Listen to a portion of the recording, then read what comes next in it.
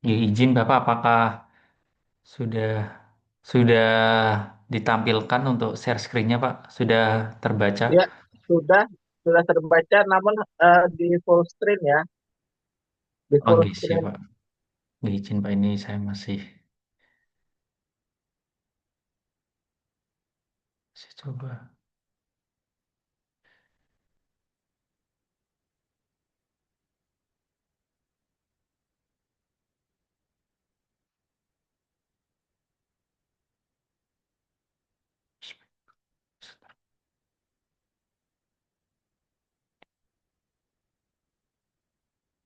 Oke. Ya, Assalamualaikum warahmatullahi wabarakatuh. Eh, Selamat sore teman-teman Waalaikumsalam. semua.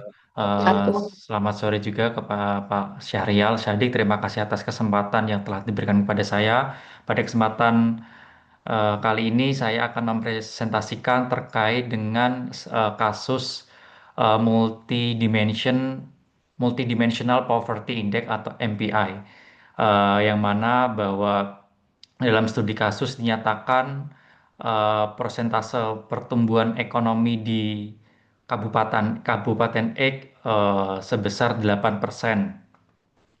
Eh, akan tetapi kalau kita melihat dari sisi multidimensional poverty, angka 8% tersebut tidak mencerminkan realitas yang sebenarnya, karena faktanya kalau kita melihat dari berdasarkan perspektif multidimensional poverty index atau MPI, banyak warga tidak memiliki akses sanitasi, pendidikan dan kesehatan, juga menunjukkan adanya ketimpangan pengukuran antara persentase pertumbuhan ekonomi dengan MPI, yang menunjukkan adanya perbedaan indikator moneter dan realitas lapangan, yang hal tersebut tentunya dengan pendekatan MPI itu lebih mencerminkan realitas yang objektif daripada hanya sekedar angka pertumbuhan ekonomi 8%, yang hal tersebut hanya dihitung berdasarkan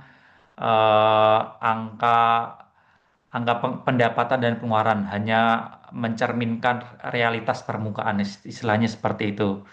Jadi secara perbedaan konseptual bahwa angka ukuran yang digunakan oleh BPS misalnya yang mengukur secara moneter itu didasarkan pada pengeluaran atau pendapatan, dan didasarkan pada dan diprioritaskan untuk mengukur garis kemiskinan. Sedangkan multidimensional poverty index eh, lebih secara komprehensif mengukur kemiskinan dari berbagai dimensi seperti pendidikan, kesehatan, dan standar hidup.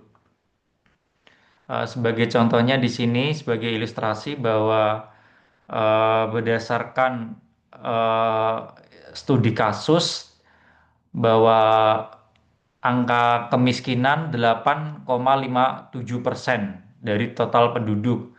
Sedangkan hal tersebut tidak menghitungkan dari sisi sanitasi layak maupun akses pendidikan dan kualitas perumahan. Dan apabila ditelaah lebih lanjut menunjukkan bahwa eh, untuk akses sanitasi tersendiri, misalnya di Kabupaten X terdapat 17,64% rumah tangga dengan sanitasi tidak layak. Kemudian dari sisi akses pendidikan juga tidak dihitung dalam ukuran kemiskinan oleh BPS, misalnya terdapat 3,9 juta anak putus sekolah. Dari sisi kualitas perumahan yang juga tidak dihitung, terdapat 34 sampai 75% rumah tangga di Indonesia masih tinggal di rumah tidak layak huni. Karena di acuan BPS hanya mengacu pada standar moneter atau pengeluaran dan pendapatan per bulan. Jadi urgensi pendekatan multidimensional poverty index di sini adalah eh, mengukur kemiskinan secara lebih komprehensif dengan memperhitungkan berbagai dimensi yang mempengaruhi kualitas hidup manusia.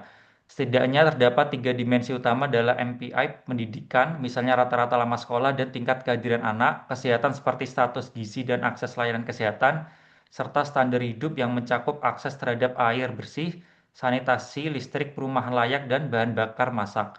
Dengan kerangka ini, sebuah rumah tangga bisa dikategorikan miskin multidimensi meskipun secara pengeluaran mereka berada di atas garis kemiskinan. Jika ukuran ini diterapkan di Kabupaten X, hasilnya mungkin sangat berbeda dengan data BPS. Walaupun hanya 8% penduduk miskin secara pendapatan, persentase kemiskinan multidimensi bisa jauh lebih tinggi. Hal ini disebabkan banyaknya rumah tangga yang tidak memiliki toilet sehat, anak-anak yang putus sekolah, atau masyarakat yang sulit menjangkau fasilitas kesehatan dan perumahan. Dengan demikian, MPI memberikan gambaran yang lebih realistis mengenai kualitas hidup masyarakat dan menyingkap dimensi kemiskinan yang tidak terlihat dalam indikator moneter. Perbedaan ini membawa implikasi penting bagi kebijakan publik. Jika hanya menggunakan indikator tradisional, kebijakan cenderung fokus pada bantuan tunai atau program peningkatan pendapatan. Padahal dengan perspektif MPI, intervensi harus diarahkan pula pada pembangunan sanitasi dan air bersih, peningkatan mutu pendidikan, serta pemerataan akses layanan kesehatan. Dengan kata lain, MPI menekankan bahwa pengentasan kemiskinan tidak cukup hanya dengan menambah uang di kantong masyarakat, melainkan juga harus memastikan mereka memiliki akses yang setara terhadap pelayanan dasar yang menentukan kualitas hidup.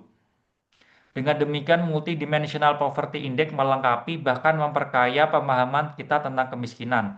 Angka kemiskinan moneter yang rendah di Kabupaten X tidak serta-merta berarti masyarakat sudah sejahtera.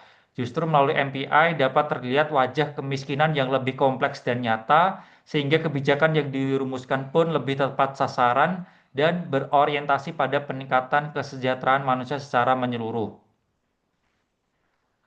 Dari ilustrasi di atas terlihat jelas bahwa angka kemiskinan moneter versi BPS yang hanya 8% tidak sepenuhnya mencerminkan realitas kesejahteraan masyarakat.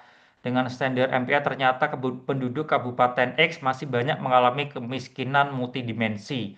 Perbedaan ini memberi pesan penting bahwa kemiskinan tidak bisa dipandang semata-mata sebagai masalah kekurangan pendapatan, tetapi juga keterbatasan akses terhadap layanan dasar yang esensial.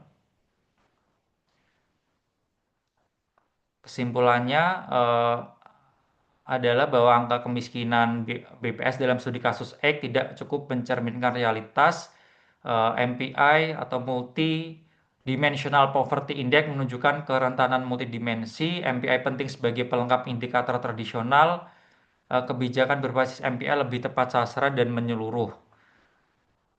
Mungkin sekian Bapak serial presentasi dari saya. Mungkin ada tambahan pendapat atau koreksi dari rekan-rekan dipersilahkan. Oke, terima kasih banyak. Ya, terima kasih.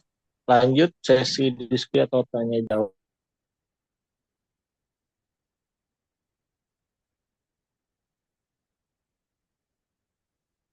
Silahkan kalau ada. Oke, sepertinya tidak ada. Pak Irsad, silahkan ditutup Zoom meetingnya. Oke, siap. Terima kasih banyak Bapak atas kesempatannya. Terima kasih. Demikian yang dapat saya sampaikan. Wassalamualaikum warahmatullahi wabarakatuh. Waalaikumsalam warahmatullahi wabarakatuh. Oke, Waalaikumsalam kita masuk warahmatullahi ke wabarakatuh. Zoom 2 ya.